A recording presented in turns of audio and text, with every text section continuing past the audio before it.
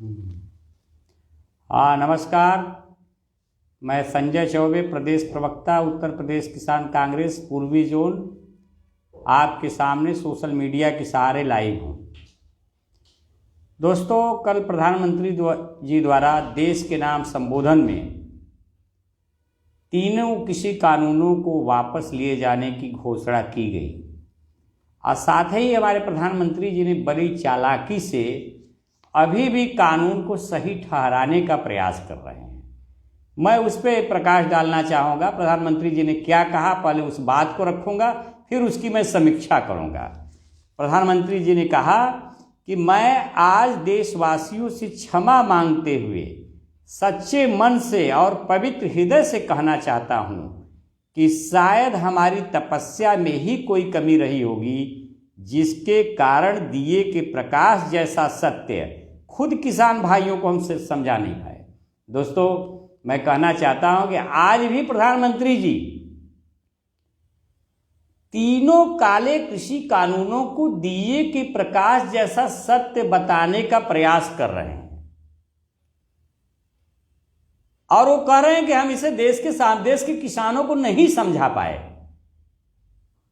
जबकि मैं भी मानता हूं प्रधानमंत्री जी एक अच्छे वक्ता हैं, बहुत ही चतुर व्यक्ति हैं, अपनी बात को बड़ी चतुराई से रखते हैं। इसीलिए तो 2014 में बिना किसी काम के प्रधानमंत्री जी ने देश में सरकार बनाई और 2017 में उत्तर प्रदेश में भी सरकार बनवाई। 2014 से 17 के बीच में यदि काम को गिना जाए तो कोई काम भी नहीं हुआ था। देश के लोगों से पूछेंगे क्या काम हुआ, तो जो भक्त रहेंगे वो कहेंगे बहुत काम हुआ, दो चार काम गिना दीजिए, तो नहीं गिना पाएंगे।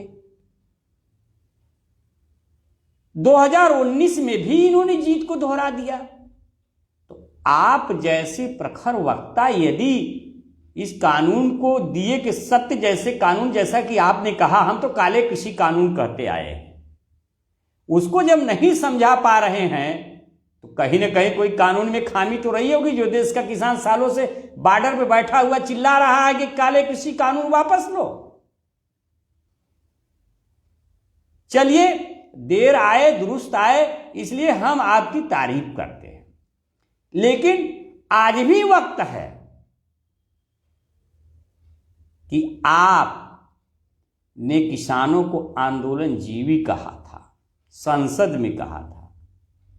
आपकी सरकार के कैबिनेट मंत्रियों ने किसानों को माओवादी कहा था, माओवादी कहा था, खालिस्तानी कहा था, नकली किसान कहा था।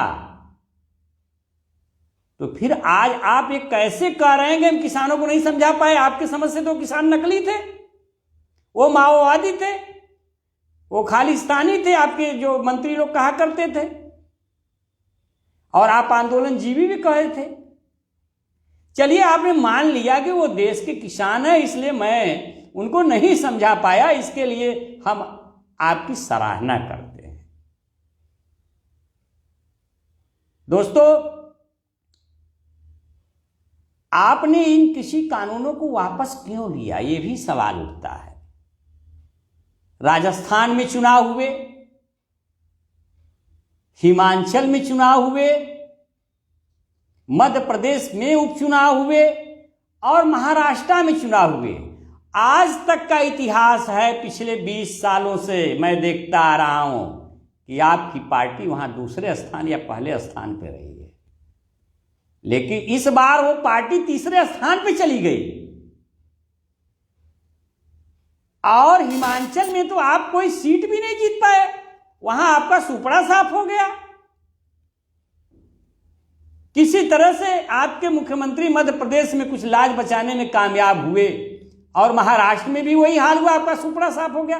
कहीं इसी डर की वजह से कि उत्तर प्रदेश के 2022 में हमारा क्या हश्र होगा, आपने कानूनों को वापस तो नहीं ले लिया। लेकिन मैं एक बात बताना चाहता हूं, 2022 में आपकी पार्टी की करारी हार होगी।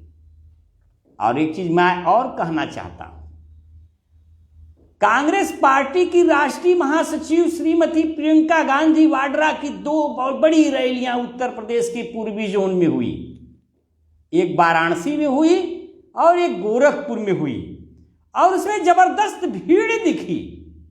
भीड़ का कारवां दिखा, जो लोग अपने पैसे खर्च करके लोग जा रहे थे रैली में प्रियंका जी को सुनने के लिए। तो कहीं ये डर भी नहीं था, डर तो नहीं था आपके मन में कि सत्ता की बागडोर कहीं ना कहीं खिसक रही है, इसलिए अभी भी वक्त है कि कानून को वापस ले लिया जाए और कानून को वापस लेकर किसानों को खुश करने का प्रयास किया जाए। चलिए, ये भी मैं अच्छा मान लेता हूं, आपने अच्छा काम किया, लेकिन एक बात का मुझे बेहद दुख है।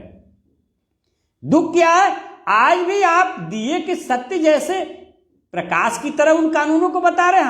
हमारे हिसाब से तो कोयले के कालिक के समान काले कृषि कानून है, जिसमें आप प्रकाश भरने में नाकामयाब हो गए।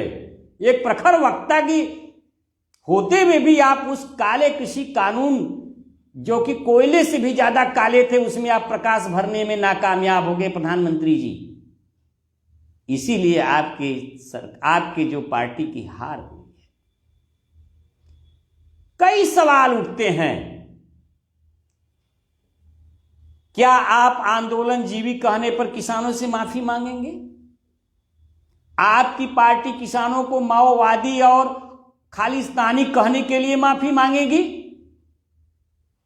नकली और असली किसान की जो परिभाषा बताई जा रही थी वो आज से खत्म हो जाएगी?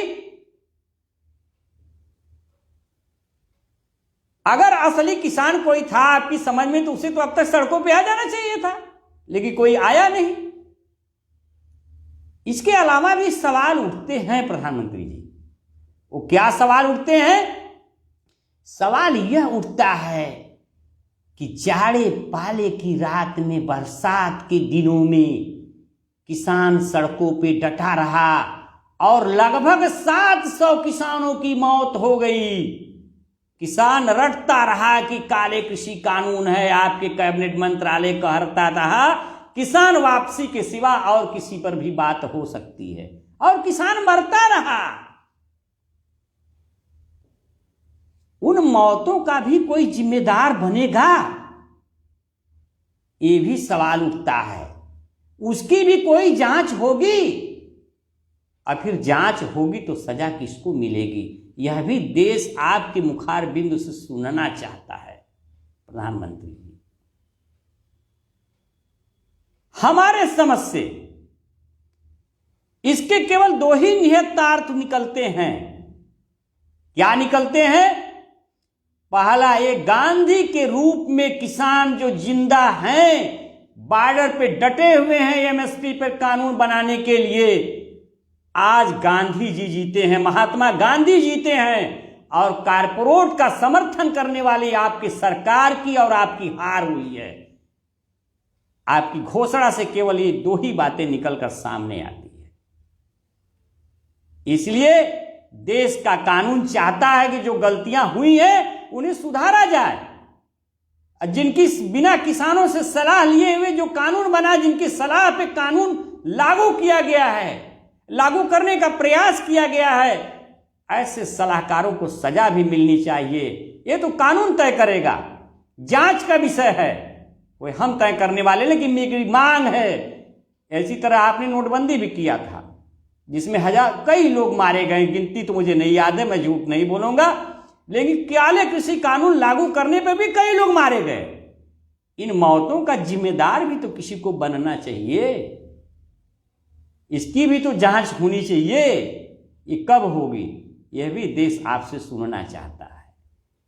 इन्हीं सब बातों के साथ मैं एक बात और आपको याद दिलाना चाहता हूं। हमारे राहुल गांधी जी, हमारे नेता राहुल गांधी जी बराबर कहते रहे हैं कि आप केवल 2 व्यक्तियों की सरकार है, आप और गृह मंत्री जी, और 2 दोस्त आपके कारपोरेट जगत के, जिनका नाम मैं सभी लोग जानते हैं, अदानी अंबानी आपके मित्र हैं।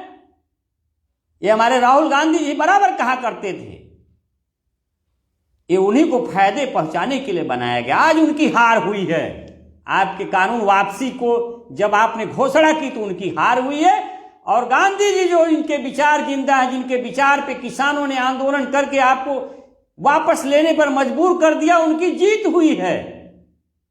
इस जीत की बधाई मैं आपको भी देता हूं और उन किसानों को सबसे पहले देता हूं जिन किसानों ने बॉर्डर पे आंदोलन किया। लेकिन एक बात आज भी खटकती है, आपके मुख से कभी भी किसानों की श्रद्धांजलि शब्द नहीं निकला। तो मैं उन शहीद किसानों को श्रद्धांजलि देता हूं। आपको उन किसानों को संसद में श्रद्धांजलि देनी चाहिए जो मरे हैं, और देश के किसानों से माफी मांगने से कोई छोटा या बड़ा नहीं हो जाता, क्योंकि वो अन्नदाता हैं। अन्नदाता से गलती पर माफी मांगी जा सकती है। उन शहीद किसानों को आप याद करिए, और हमें लगता है कि देश का किसान आपको माफ कर देगा अगर ये सच्चाई से उनके सामने ये स्वीकार कर लिया जाए कि हमसे गलती हुई है। इन्हीं सब बातों के साथ जय हिंद, जय भारत।